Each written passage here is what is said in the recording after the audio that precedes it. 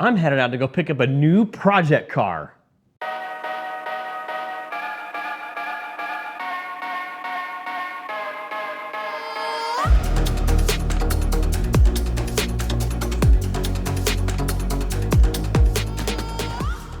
This car actually isn't mine. It's owned by a friend of mine. It's got a really cool story. He's actually the second owner of it. The original owner is his uncle, who bought it brand new back in the day. And he's had it for a while. He's done some really nice, tasteful mods to it. He's been biding his time to do any big amount of work to it.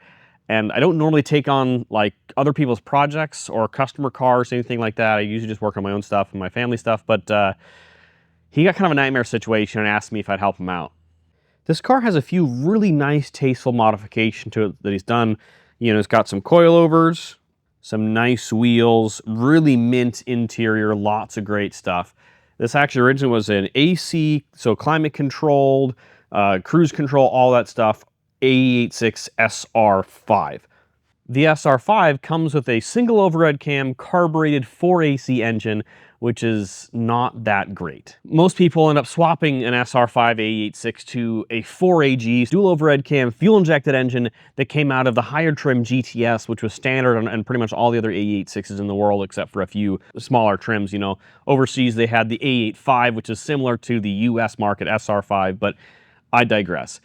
Anyway, when he decided to finally do the GTS conversion with the 4AG swap is when things went south.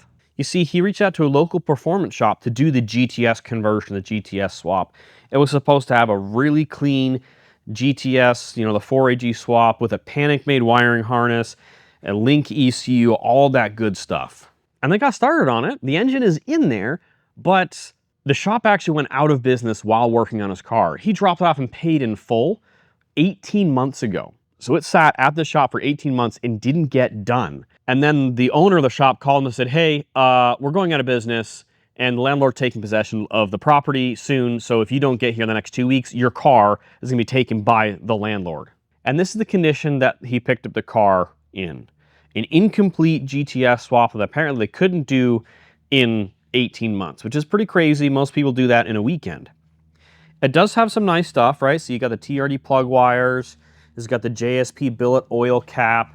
So there are some really nice parts on this, except, you know, the panic-made wiring harness that it's supposed to have, it doesn't. This is just a stock GTS engine harness that, well, it's kind of been cut up a bit, you see? I mean, that's not good.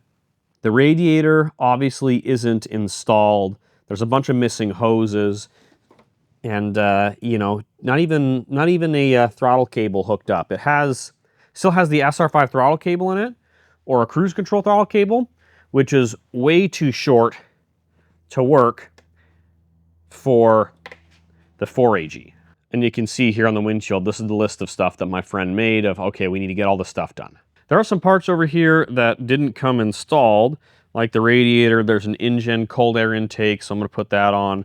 And then we also have a tote box of spare parts, like an exhaust manifold, oil pump, ignition coil, just a bunch of other junk in here. So there is some stuff in here that I think that is usable that I'm going to need.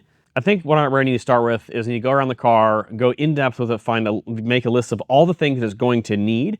I'm going to either source or fix or make a little more detailed than just that list on the windshield. Right off the bat, the clutch slave cylinders is dangling on the ground on the driver's side or left side of the vehicle.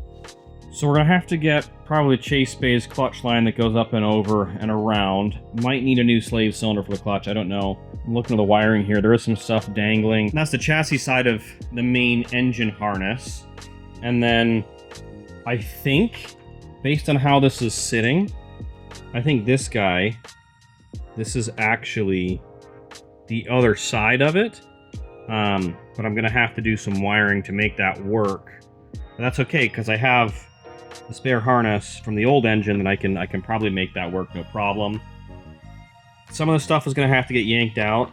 We'll have to pull the wiper motor. I think this is another washer fluid pump back here, so that I can run the engine harness inside of the car. So that's gonna go over there. Over here, the intake actually takes up this whole area, so the washer fluid pump, or the washer fluid tank, and the coolant overflow, that's going to have to be yanked out. The GTS and SR5 have 2 different ones, so that's got to come out, and we'll figure something out for that later. Over here, there's just wiring hanging out in several spots like that. I guess some of it's labeled. This one says relay 12 volts. This one says ground. I don't know what the relay this goes to, so we'll have to figure that out. Ground, that's easy. That can run to ground. What is this wire? That runs the cold. That's the cold start injector. So I have to wire the cold start injector too. We have 2 fuel filters under here. I don't know why. That's the GTS one right there. The one down low. And then the silver one next to it must have been the SR5 one. So we're going to have to swap the fuel supply over to this, which they left me this nice little hose there, barbed, so I can do that. The dash pot for the throttle body there needs vacuum ran to it. It needs the hoses for the heater core because they cut those when they yanked it for whatever reason. So those need to be replaced. It obviously needs radiator hoses. This didn't have any radiator hoses. I'm going to leave that out for now. Oh! The SR5, the 4AC has the alternator over here versus GTS is over here.